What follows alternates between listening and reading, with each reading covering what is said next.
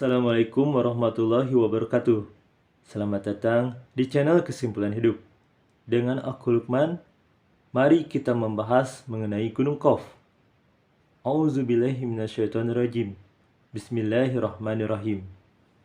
Gunung Qaf masih menjadi misteri mengenai keberadaannya. Bahkan dalil-dalilnya pun masih misteri. Baiklah, rujukan pertamanya pastinya Al-Quran. Apakah ada ayat mengenai Gunung Qaf di dalam Al-Quran? Banyak ayat tentang gunung di dalam Al-Quran, tetapi sepertinya tidak ada yang spesifik mengenai Gunung Qaf di dalam Al-Quran. Pada Quran Surat Qaf ayat 10-11 yang biasa menjadi rujukan tentang Gunung Qaf, sepertinya tidak membahas tentang gunung. Baiklah, mari kita coba bacakan terlebih dahulu Quran Surat Qaf ayat 10-11. Quran Surat Qaf ayat 10. Begitu pula pohon-pohon kurma yang tinggi, yang mayangnya bersusun-susun. Quran Surat Qaf ayat 11. Sebagai rezeki bagi hamba-hamba kami hidupkan pula dengan air itu negeri yang mati atau tandus. Seperti itulah terjadinya kebangkitan dari kubur.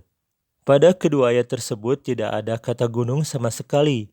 Kenapa ditafsirkan sebagai Gunung Qaf? Wallahu a'lam bishawab. Sebenarnya ada ayat tentang gunung pada Quran Surat Qaf, yaitu Quran Surat Qaf ayat 7. Demikian pula, bumi yang kami hamparkan, serta kami pancangkan di atasnya gunung-gunung yang kukuh, dan kami tumbuhkan di atasnya berbagai jenis tumbuhan yang indah. Pada Quran Surat Qaf ayat 7 tersebut, tidak disebutkan secara spesifik mengenai sebuah gunung, tetapi disebutkan jamak atau banyak gunung.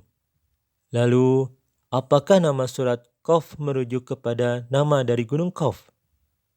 Nama dari surat Qaf terdiri dari satu huruf hijaiyah, yaitu Qaf. Gunung merupakan sebuah kata benda, kalau dalam bahasa Arab disebut isim. Apabila surat Qaf tersebut dimaksudkan sebagai sebuah kata benda atau isim, harusnya terdiri dari 3-4 huruf hijaiyah. Misalnya, Qaf, Alif, dan Fa. Wallahu a'lam bishawab. Kita lanjutkan pencarian dalil mengenai Gunung Qaf pada hadis. Aku tidak mendapatkan dalil mengenai Gunung Qaf pada kitab Al-Muwatta, Musnad Imam Ahmad, hadis riwayat Sunan Ad-Darimi, hadis riwayat Bukhari, hadis riwayat Sunan Abu Daud, hadis riwayat Muslim, hadis riwayat Ibnu Majah, hadis riwayat Sunan An-Nasa'i, dan hadis riwayat Tirmizi. Entah mungkin aku yang kurang teliti mencarinya, atau memang tidak ada dalam kitab-kitab hadis tersebut. Wallahu a'lam bishawab. Ada nama gunung-gunung yang disebutkan pada kitab hadis-hadis tersebut, diantaranya Gunung Uhud, Gunung Toyi, dan Gunung Sabir. Dan ada juga nama gunung yang lain seperti Gunung Tihamah dan gunung di Sungai Furat. Tetapi tidak disebutkan Gunung Qaf. Sekali lagi, entah mungkin aku yang kurang teliti mencarinya, atau memang tidak ada dalam kitab-kitab hadis tersebut. Wallahu a'lam bishawab. Lalu ada di manakah referensi yang menyebutkan tentang Gunung Qaf? Aku menemukannya pada Masnawi Ma'nawi, karya Maulana Jalaluddin Muhammad Rumi. Silahkan, referensi terlampir di deskripsi. Ini merupakan syair. Kita coba bacakan halaman 45. Jika diterjemahkan, Nabi berkata kepada Ali, "Wahai Ali, engkau adalah singa Tuhan, pahlawan yang paling gagah berani. Namun jangan menceritakan tentang keberanianmu yang seperti singa, tapi carilah perlindungan di bawah pohon palem kebenaran. Siapapun yang menjadikan ketaatan sebagai teladannya, berbagi kedekatannya dengan kehadiran yang tak terlukiskan. Apakah Anda berusaha mendekat pada akal? Jangan sampai hatimu andalkan, seperti orang lain, pada kebajikan dan kesalehan Anda sendiri. Datanglah di bawah bayang-bayang pria nalar. Anda tidak akan menemukannya di jalan para penganut tradisi. Manusia itu menikmati kedekatannya dengan Allah. Jangan berpaling dari ketaatan kepadanya dengan cara apapun. Sebab ia menjadikan duri itu sebagai hamparan bunga mawar dan memberi penglihatan kepada orang buta. Bayangannya di bumi seperti bayangan Gunung Qaf, semangatnya bagaikan simug yang membumbung tinggi. Dia memberikan bantuan kepada hamba-hamba para sahabat Allah dan maju ke tempat yang tinggi bagi mereka yang mencari dia. Apakah aku harus memujinya sampai hari terakhir? Halaman 163. Dia berkata, "Wahai burung panik Tuhan dan tujuan roh, aku berterima kasih kepadamu karena kamu telah kembali dari Gunung Qaf. Wahai Israfil, hari kebangkitan cinta. Wahai cinta, cinta, dan hasrat hati akan cinta. Biarlah anugerah pertamamu bagiku adalah ini, untuk mendengarkan orisonku. Meskipun engkau mengetahui kondisiku dengan jelas, wahai pelindung para budak, dengarkanlah ucapanku 1000 kali, wahai pangeran yang tak tertandingi. Apakah alasanku melayang dalam keinginan untuk bertemu denganmu dan untuk mendengarkanmu dan mendengarkan kata-katamu?" Halaman 218 sampai 219. Zulkarnain melakukan perjalanan ke Gunung Qaf. Dia melihat itu terbentuk dari jamrud cerah, membentuk seolah-olah sebuah cincin keliling dunia, di mana semua orang diliputi keheranan. Dia berkata, "Engkau gunung yang perkasa, betapa hebatnya gunung-gunung lainnya di hadapanmu, mereka hanyalah mainan belaka." Gunung itu menjawab, "Gunung-gunung itu adalah urat nadiku, tapi mereka tidak sepertiku dalam hal kecantikan dan kepentingan. Pembuluh darah tersembunyi dariku mengalir ke setiap kota. Seperempat dunia terikat pada pembuluh darahku. Ketika Tuhan mengendaki terjadinya gempa bumi di bawah kota manapun, dia memintaku mengguncang salah satu pembuluh darahku. Lalu dalam kemarahan, aku mengguncang urat itu, yang terhubung dengan kota tertentu. Ketika dia berkata, 'Cukup,' urat nadiku tetap diam. Aku tetap diam, lalu bergegas melakukan pekerjaanku. Sekarang masih seperti plester, dan sekarang beroperasi. Sekarang masih seperti berpikir, dan kemudian mengutarakan pikiran saya.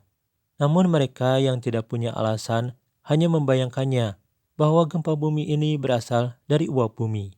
Seperti halnya seekor semut yang melihat pena menulis di atas kertas, menyerahkan dirinya kepada semut lain dengan cara ini. Pena itu menghasilkan angka-angka yang sangat indah, seperti eceng gondok, lili, dan mawar. Yang lain berkata, jari adalah pekerja sesungguhnya, pena hanyalah alat kerjanya. Semut ketiga berkata, tidak, tindakan ini berasal dari lengan. Jari yang lemah menulis dengan kekuatan lengan. Jadi terus ke atas, sampai akhirnya seorang pangeran semut yang mempunyai kecerdasan dikatakan, kamu hanya memperhatikan bentuk luar dari keajaiban ini. Bentuk mana yang menjadi tidak masuk akal dalam tidur dan kematian? Bentuknya hanya seperti baju atau tongkat di tangan. Hanya dari akal dan pikiran angka-angka ini muncul. Namun dia tidak mengetahui alasan dan pikiran ini. Hanya akan menjadi benda tak bernyawa tanpa dorongan Tuhan. Dalam syair tersebut disebutkan Gunung Qaf ada hubungannya dengan Simug. Jadi jika percaya akan adanya Gunung Qaf, mungkin harus percaya juga akan keberadaan Simug. Lalu, apakah Simug? Simug adalah burung baik hati dalam mitologi dan sastra Persia. Ia memiliki beberapa kemiripan dengan burung mitologi dari asal yang berbeda, seperti burung panik dan huma. Sosok tersebut dapat ditemukan dalam semua periode seni dan sastra Iran dan juga tampak dalam ikonografi Georgia, Armenia abad pertengahan, Kekaisaran Romawi Timur, dan wilayah lain yang berada dalam wilayah pengaruh budaya Persia. Sekali lagi, yang barusan aku baca adalah syair. Jalaluddin Muhammad Rumi adalah seorang penyair Sufi Persia, teolog Maturidi, sekaligus ulama yang lahir di Balkh, sekarang Samarkand, Persia Raya. Syair adalah salah satu jenis puisi klasik yang memperoleh pengaruh kebudayaan Arab. Syair termasuk salah satu puisi lama yang berasal dari Persia dan dibawa ke dalam sastra Indonesia bersama dengan masuknya ajaran Islam ke Indonesia. Pada syair dapat menggunakan majas metafora. Majas metafora adalah gaya bahasa yang digunakan untuk mengungkapkan sesuatu dengan cara yang lebih imajinatif atau pemakaian kata-kata yang bukan arti yang sebenarnya. Pada syair tadi terdapat majas metafora, di antaranya pohon palem kebenaran, singa Tuhan, cincin keliling dunia, dan sebagainya. Lalu, Apakah Gunung Qaf juga merupakan majas metafora? Wallahu a'lam bishawab. Tidak semua kata dapat diterjemahkan untuk memberikan arti yang sama dalam bahasanya sendiri. Gunung Qaf dianggap bukan sekedar landmark geografis. Ini melambangkan batas antara yang duniawi dan yang ilahi. Batas pemahaman manusia sebagai alam kesadaran dan tujuan para pencari Tuhan. Puncak Qaf merupakan acuan dan sindiran terhadap status kemanusiaan. Mencapai Qaf berarti melalui jalan kehidup yang sulit dan mencapai derajat kemanusiaan. Jika Gunung Qaf dianggap gunung yang berbentuk fisik, ada yang berpendapat bahwa Gunung Qaf merupakan pegunungan Kaukasus, sebuah pegunungan di Iran, atau ada juga yang berpendapat bahwa Gunung Qaf berada di luar belahan bumi yang kita tempati, seperti yang ada pada peta tabula rogeriana. Tentunya, keyakinan akan adanya Gunung Qaf kembali ke diri kamu sendiri. Apakah kamu meyakini keberadaannya atau tidak? Pada video ini, kita hanya membahas mengenai dalil-dalilnya saja. Wallahu a'lam bishawab. Subhanakallahumma rabbana wa bihamdika Allahumma gfirli ya tawalu Quran. Konten ini hanya berbagi ilmu. Maaf jika dalam pembahasannya masih terdapat kesalahan ataupun kekurangan. Terima kasih sudah menonton video ini. Semoga kita semua dalam keadaan sehat, jiwa dan raga, juga menjadi pribadi yang lebih baik. Wassalamualaikum warahmatullahi wabarakatuh.